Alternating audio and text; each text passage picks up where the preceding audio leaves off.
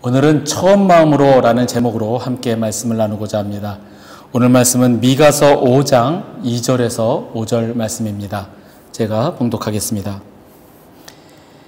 베들레헴 에브라다야, 너는 유다족 속 중에 작을지라도 이스라엘을 다스릴 자가 네게서 네게로 나올 것이라. 그의 근본은 상고의 영원에 있느니라. 그러므로 여인이 해산하기까지 그들을 붙여두시겠고 그 후에는 그의 형제 가운데에 남은 자가 이스라엘 자손에게로 돌아오리니 그가 여호와의 능력과 그의 하나님 여호와의 이름의 위엄을 의지하고 서서 목축하니 그들이 거주할 것이라. 이제 그가 창대하여 땅끝까지 미치리라.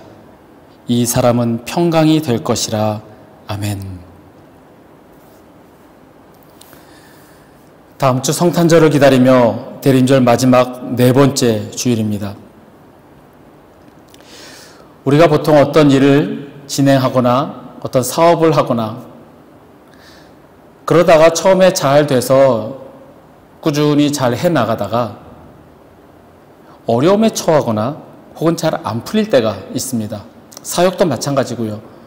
처음에는 겸손한 마음으로 작은 마음으로 시작하면서 서서히 사역을 해나가다가 그게 점점 범위가 넓어지고 점점 커지다가 그럴 때 또 안 풀리게 되고 그런 경우가 있습니다. 그럴 때 믿는 자나 믿지 않는 자나 듣는 조언은 초심으로 돌아가라입니다. 아마 여러분들도 많은 경험이 있으실 겁니다. 사업이든 사역이든 성장하면 그 성장함과 동시에 교만이 쌓이게 되고 그리고 내가 스스로 해냈다는 그런 자신감 때문에 내가 뭐든지 할 수 있다는 그런 생각에 그르치기도 합니다. 그럴 때 많이 듣는 조언이 초심으로 돌아가라, 처음 마음으로 돌아가라 입니다. 오늘의 본문을 우리는 예수님의 탄생에 관한 미가 선지자의 예언으로 받아들이지만 사실 이 말씀은 미가 선지자의 당시 그 상황에 대해서 그 미가 선지자가 호된 질책을 하는 내용입니다. 그런데 이 하나님은 그 상황에 대해서 질책하는 그 말씀을 하는 가운데에서도 예수 그리스도의 오심을 예언하고 그 가운데서 우리가 상상할 수 없는 방법으로 우리에게 말씀을 하십니다. 지난주에 말씀드렸던 것 같이 미가 선지자와 이사야 선지자가 처한 시대의 상황이 같습니다. 아마도 같은 시기에 사역을 했기 때문에 그 시대적 배경과 그 예언이 비슷한 걸로 보여집니다. 미가의 예언을 보면 예루살렘에 사는 부자들을 겨냥한 내용이 가장 많은 부분을 차지합니다. 당시 예루살렘 부자들, 그러니까 남유다를 말합니다. 예루살렘의 부자들은 가난한 사람들을 억압해서 재산을 모으고 있었습니다. 그래서 말씀에 나오는 것처럼 정의를 행하지 않고 긍휼을 베풀지 않고 오히려 백성의 가죽을 벗기고 그 뼈에서 살을 뜯는다, 이런 잔인한 말이 나오는 정도로 자신의 배만 불리고 있었던 사람들이 예루살렘의 지도자들, 부자들이었습니다. 이러한 상황에서 그들에게 미가 선지자는 미래의 유일한 소망은 처음으로 되돌아가서 다시 시작하는 데 있다라고 선포합니다.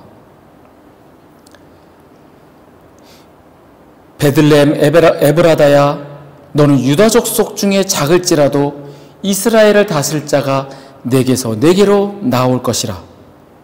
베들레헴을 언급하는 것은 이 베들레헴이 예수님이 태어난 곳이기 때문에 그러한 예언의 말씀도 되지만 동시에 다윗의 고향이기도 합니다. 즉 미가 선지자가 말했던 것은 이 부조리하고 자기의 배만 채우는 이 지도자들이 이것을 해결하는 방법은 다윗 왕이라는 겸손한 뿌리로 되돌아가는 것이라, 이렇게 이야기하는 겁니다. 이 미가 선지자가 베들레헴을 묘사하면서 사용한 단어, 그 단어를 직역하면 중요하지 않은 가장 어린 그런 뜻입니다. 바로 다윗을 의미합니다. 다윗은 형제들 중에 막내였고 가장 작은 자였기 때문입니다. 그래서 이 미가 선지자는 진정한 왕권은 이 다윗과 같은 다윗의 겸손하고 작은 뿌리에 있지 지금처럼 거만하고 권력에 욕심내는 그런 지금의 왕궁에 있지 않다라고 경고하는 말씀입니다.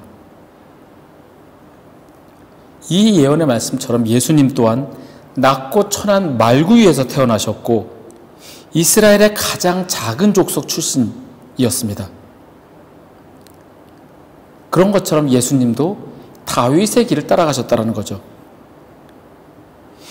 예수님께서는 또한 당신의 생애와 행동을 통하여 진정한 왕권은 나를 따르는 무리와 세력과 내가 기적을 베풀면서 그런 능력이 아니라 겸손에 있음을 보여주셨습니다. 예수님께서 말씀하셨던 것, 먼저 된 자가 나중되고 나중된 자가 먼저 되리라, 그 말씀과 일맥상통합니다. 즉 겸손한 마음, 처음에 가졌던 순수한 마음으로 돌아가라는 것이 미가의 선포이며 또한 예수님께서는 그 겸손함을 직접 삶으로 보여주셨다는 겁니다. 예수님께서는 겸손한 마음으로 섬김을 받으러 오지 않으셨고 오히려 섬기러 오셨다고 말씀하셨을 정도로 예수님의 삶은 겸손으로 통합니다. 왕이신 예수 그리스도, 우리를 구원하기 위해서 오신 구세주이면서도 우리 위에 군림하지 않으시고 제자들의 발을 씻기시며 겸손의 모습을 보여줬던 것처럼 약한 자, 가난한 자, 병든 자를 살피셨던 예수님의 모습입니다. 이 대림절 기간에 우리에게 하시는 말씀은 초심으로 돌아가라, 겸손함으로 돌아가라.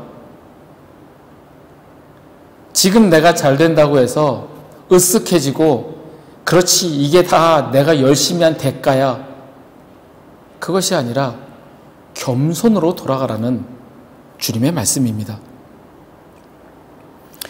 또한 처음으로 돌아가는 것은 원래의 기준을 따르는 것과 같습니다. 처음에 정해졌던 기준, 그 기준을 따르는 것입니다.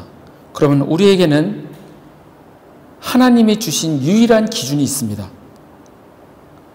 우리에게 있는 유일한 기준, 가장 중요한 기준은 인간의 생각과 상식과 지식이 아닌 성경의 가르침입니다. 무엇을 함에 있어서도 세상의 상식과 나의 지식과 지혜가 아닌 성경의 가르침을 따르는 것이 가장 올바른 길이며 하나님이 원하시는 길로 나아갈 수 있는 방법입니다. 우리는 자주 나의 체험과 경험을 중요시할 때가 있습니다. 내가 직접 경험해보니 이렇더라, 내가 겪어보니 이렇더라, 혹은 누군가 이렇게 했더니 성공했더라, 그러면서 그것을 따라가려고 하기도 합니다. 그래서 인간의 경험과 생각을 중요시하게 여깁니다. 신앙생활을 함에 있어서 마찬가지입니다. 내가 경험한 것이 전부인 양 다른 사람들에게 가르치려고 그것만이 옳다고 그렇게 강요하는 오류를 범하기도 합니다. 하지만 그렇지 않습니다. 어떤 경험이나 체험, 그 무엇도 성경보다 우선할 수는 없습니다. 성경만이 우리에게 있어 유일한 권위이며 가르침입니다. 성경 외에 어떤 것도 진리가 될 수 없습니다. 성경을 읽지 않고는 예수님에 대해서 전혀 알 수 없고 성경의 가르침을 떠나서는 나의 체험과 경험은 아무것도 아닙니다. 유일한 기준은 오직 성경이라는 사실입니다. 예수 그리스도 외에는 하나님을 알 길이 전혀 없다라고 고백했던 마틴 루터가 있습니다. 성경을 읽지 않고서 예수 그리스도를 알 수 없고 그리고 하나님을 알 수가 없다라는 겁니다. 저는 말씀을 준비할 때 가끔은 이 깨달은 것을 혼자만 알고 싶지 않아서, 물론 다른 사람들 다 알 수도 있지만 이 사실이 너무나 귀한 사실이기 때문에 알리고 싶어서 안달이 날 때가 있습니다. 하나님 말씀 속에서 그 깨달은 것을 주변의 사람들과 나누고 싶어서, 그래서 예배 전이라도 집에서 아내와 이야기하고 하기도 합니다. 그래서 제가 늘 느끼는 것은 예배를 드리면서 설교를 하는 것이 누군가에게 들으라고 하는 것이 아니라 하나님이 바로 제게 하시는 말씀이라는 사실을 저는 늘 깨닫습니다. 제가 깨닫고 느낀 것을 함께 나눕니다. 나의 죄를 깨닫게 하시고 앞으로 나아가야 할 방향을 알려주시고 하나님의 뜻을 알게 하시니 감사할 수밖에 없습니다. 이 모든 것이 내 생각과 나의 지식과 나의 경험 안에서 나오는 것이 아니라 하나님의 말씀, 성경에서 비롯되는 것이라는 겁니다. 성경의 가르침으로 돌아가시기 바랍니다. 우리가 처음으로, 초심으로 돌아가는 방법입니다. 마지막으로 우리가 처음 마음으로 돌아가야 함에도 나는 그렇지 않아, 나는 지금 잘하고 있어 라고 생각하는 분들이 있다면 한번 본인에게 이런 질문을 해보시기 바랍니다. 나는 지금 예수님을 만족해하며 하나님과 친밀한 관계를 유지하고 있는가? 하나님을 깊이 사랑했던 때를 기억하는가? 내가 예전처럼 하나님을 사랑하지 못한다고 느끼며 스스로 창피하다고 느끼고 있는가? 이 세 가지 질문을 한번 본인에게 해보시기 바랍니다. 나는 하나님과 친밀한 관계를 유지하고 주님을 만족하게 하는가? 하나님을 깊이 사랑했던 때를 기억하는가? 혹 내가 예전처럼 하나님을 사랑하지 못한다고 느끼면 창피함을 느끼는가? 첫 번째 질문은 지금 내가 불평하지 않고 여전히 하나님을 경외하는 삶을 살고 있는가 문제입니다. 늘 주님을 갈망하며 주님을 바라보는 삶을 살고 있는가? 아니면 세상과 어울려서 세상이 주는 근심 속에서 그것들을 해결하려고 인간적인 노력으로 발버둥치며 살아가고 있는가입니다. 주님을 만족해하고 주님과 친밀한 관계를 유지하려고 살아가고 있는가? 아니면 그것은 뒷전이고 지금 내 눈앞에 있는 이것들만을 해결하기 위해서 그거에만 몰두하고 맨날 불평하고 살아가고 있지는 않는가? 이 질문 한번 본인에게 보시기 바랍니다. 두 번째 질문은 하나님과 충분히 교제하며 동행했던 때를 잊어버리고 살지는 않는지 돌아보라는 말씀입니다. 예레미야서 2장 2절의 말씀입니다. 가서 예루살렘의 귀에 외칠지니라 여호와께서 이와 같이 말씀하시기를 내가 너를 위하여 내 청년 때에 인애와 내 신혼 때의 사랑을 기억하노니 곧 씨 뿌리지 못하는 땅 그 광야에서 나를 따랐음이니라. 내 청년의 때의 인애와 내 신혼 때의 사랑을 나는 기억한다. 네가 그랬던 것을 나는 기억을 하는데 너는 그 기억을 잊어버리고 살고 있지는 않느냐 말씀하십니다. 주님을 만났던, 주님을 깊이 사랑했던 그 사랑의 때, 그것을 한때의 추억으로, 옛날의 아련한 기억으로만 남아있지는 않는지 돌아보자는 이야기입니다. 청년의 때에 열정적으로 기도하며 주님을 찾았던 사람들이 시간이 지나가면서 그 신앙이 희미해져가는 것을 정말 많이 보았습니다. 저 선배가 옛날에는 그렇게 신실했었는데 지금은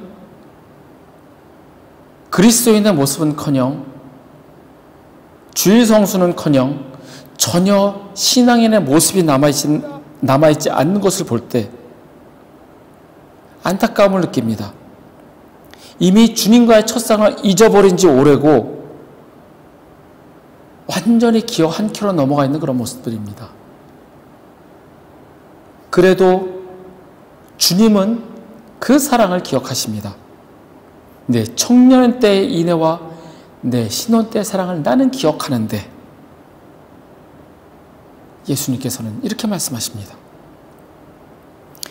마지막으로 세 번째 질문은, 내가 주님을 사랑하지 않는다는 것을 깨달았을 때, 내가 주님을 잊고 살아가고 있음을 느꼈을 때 내가 그 사실을 부끄러워하며 회개하고 돌아오는가입니다. 내가 지금 주님을 어떻게 대하는지를 보면 주님을 향한 나의 사랑이 아직도 남아있는지 아니면 식었는지 알 수가 있습니다. 주님과 동행하려고 애쓰고 있는지, 아니면 간신히 주일에 한번 교회에 얼굴 비치고 마는지, 아니면 그마저도 바쁘다는 핑계로 대충 넘어가는지, 나의 입장에서 생각하지 말고 하나님의 입장에서 보시길 바랍니다. 지금 나의 신앙생활이 하나님이 기뻐하시는지, 하나님께서 나를 여전히 필요한 존재로 여기시는지, 지금의 나를 돌아보시길 바랍니다.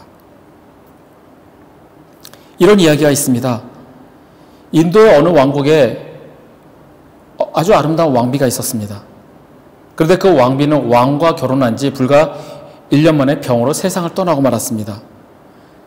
그 왕비를 지극히 사랑했던 그 왕은 너무 슬퍼서 정성을 들여서 왕비의 무덤을 만들었습니다. 그리고 그 무덤이 너무 쓸쓸해 보여서 자신을 상징하는 그런 동상을 그 옆에 또 세워지기까지 했습니다. 그런데 시간이 지나면서 이 왕권이 강화되고 왕의 권력이 확립이 되고 재정과 부와 모든 것이 갖춰지게 되면서 점점 자신의 능력을 과시하고 싶어집니다. 그래서 왕은 그 무덤 옆에 호화로운 궁전을 짓습니다. 그리고 그러다가 다시 그것을 지키는 멋진 성을 짓습니다. 그렇게 자신의 권력과 부를 상징하는 그런 건축물들을 건축하고 나서 그 건축물을 바라보고 있는 왕이 그 옆에 있는 작고 초라한 무덤이 거슬려 보입니다. 그래서 왕은 신하들에게 명령하기를 저 가운데 있는 무덤을 치워버려라 합니다. 우리는 어떻습니까? 처음 사랑할 때는 줄 것 안 줄 것 다 주면서 극진히 사랑하지만 점차 시간이 지나가면서 권태기에 빠지게 되면서 그 사랑이 식어가고 그 사람이 귀찮은 존재가 되지는 않는지요. 하나님과의 사랑 또한 그렇습니다. 처음 하나님을 만났을 때는 주님을 위해 살겠노라 다짐하며 열심을 다해 섬기고 주님을 나의 주인으로 섬기지만 점차 내 생각이 많아지고 내가 할 수 있다고 느껴지고 내가 하려고 할 때 하나님과의 교제가 점점 줄어들 때 하나님은 점점 뒷전으로 물러나게 되고 결국은 내게 귀찮은 존재가 되어버립니다. 귀찮은 존재가 되어버린 이상 더 이상 찾지도 않고 더 이상 바라지도 않습니다. 제가 여기 와서 사람들을 전도하려고 만나서 대화하기도 하고 같이 식사하기도 하면서 제가 제일 크게 느끼는 것은 믿지 않는 사람들이 주님을 믿는다는 것이 정말 쉽지 않겠구나 이 사실을 느낍니다. 아무리 잘해준다고 해서 교회에 오는 것도 아니고 전도하는 것이 쉽지 않다라는 걸 느낍니다. 일주일에 쉬는 날인 주일날 왜 굳이 시간을 내서 교회에 와서 예배 드릴까요? 여기에 많은 분들이 골프를 치러 갑니다. 골프 치러 가고 가족들과 시간 보내고 이런 주일날 황금 같은 시간을 왜 알지도 못하는 하나님을 예배하겠다고 이 자리에 나오겠습니까? 근데 믿지 않는 사람이 아니라 주님을 믿는다고 하는 사람들도 마찬가지입니다. 일주일 내내 일하다가 간신히 가족과 함께 보낸 시간이 주일인데 뭐 그냥 간단히 하고 빨리 가족들과 시간을 보내지 생각하는 게 바로 주님과 멀어졌다는 증거입니다. 예전에 골목식당이라는 프로그램이 있었습니다. 아마 많은 분들이 보셨을 겁니다. 이 골목의 상권을 부흥시키려는 그런 프로그램이었습니다. 그래서 이 음식계에서 대부인 백종원 선생이 몇 군데 식당을 선정을 해서 어떻게 장사를 해야 되고 어떤 메뉴를 개발해야 되고 어떻게 맛을 내야 되고 인테리어도 도와주고 그러면서 장사가 잘 되게 도와주는 그런 프로그램이었습니다. 어느 날 제가 그거를 보고 있는데 어떤 베트남 쌀국수 식당 사장님이 출연했습니다. 그런데 그분이 정말 열심히 하고 정말 성실하게 정직하게 일하는 모습이었습니다. 그런데 이유는 잘 남지 않고 힘들어하며 장사를 하는 것이었습니다. 그래서 그분의 스토리를 처음에 이렇게 쭉 소개를 하는데 그분이 원래는 처음부터 식당을 한 게 아니었고 직장 생활을 하던 사람이었습니다. 그런데 직장 생활 잘 하다가 사표를 내고 식당을 시작을 했습니다. 식당을 시작한 이유가 자기가 그걸 잘할 수 있어서 아니면 그게 돈을 더 잘 벌 수 있어서 그런 이유가 아니었습니다. 그분의 사표낸 이야기가 참 감동이었습니다. 직장 생활을 하는데 주일날에도 갑자기 출근을 해야 하는 일이 부지기수였다고 합니다. 그래서 직장을 그만둔 이유가 가족하고 시간을 함께 못 보내거나 쉬고 싶어서가 아니었고 자녀들에게 예배드리는 부모의 모습을 보여주기 위해서 아이들과 가족과 함께 예배드리려고 사표를 냈다고 합니다. 그래서 장사를 시작을 했는데 말처럼 쉽지 않은 겁니다. 고생하는데 그러면서도 주일은 꼬박꼬박 지키면서 장사를 하는데 힘겨워하며 하는 겁니다. 그 프로를 보면서 하나님이 그의 마음을 보시고 어여삐 여기셔서 이 백선생이라는 선물을 주셨구나라는 생각을 했습니다. 지금 그 식당은 장사가 잘 되고 있다는 그런 후기를 보았습니다. 예배 드리기 위해 시작한 장사입니다. 돈 벌고 가족들하고 시간 보내고 잘 놀기 위해서 시작한 장사가 아니라 예배 드리기 위해 시작한 장사입니다. 주님과 친밀한 교제를 갖기 위해 시작한 장사입니다. 주님과 교제를 하기 위해 시작한 장사인데 주님이 그 사람이 굶어 죽든 망하든 그냥 내버려 두실까요?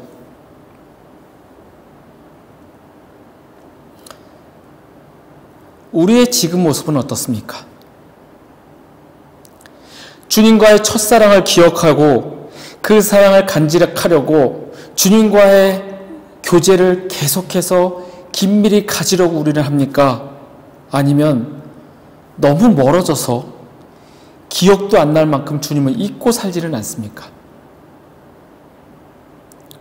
주님께서는 우리와의 첫사랑을 기억하시고 지금도 기다리십니다. 우리가 그 첫사랑을 회복하기를 기다리십니다. 미가 선지자를 통하여 말씀하시는 것처럼 겸손함으로 돌아가고 하나님의 말씀 성경을 기준으로 다시 말씀이 있는 거에 매진하시기 바랍니다. 주님과의 교제하기 위해 주님과의 교제를 위하여 말씀을 읽고 겸손함으로 돌아가시길 바랍니다. 혹 주님과의 첫사랑을 잃어버렸다면 그 부끄러움과 창피함을 느낀다면 회개하고 주님의 품으로 다시 돌아오시는 우리 모두가 되기를 원합니다. 주님께서 지금도 기다리고 계십니다. 우리가 처음 마음으로 겸손함으로 하나님의 말씀과 함께 주님의 첫사랑을 회복하기를 기다리고 계십니다. 저와 여러분이 이 시간 깨달음이 있다면 다시 처음으로 돌아가시기를 간절히 소망합니다.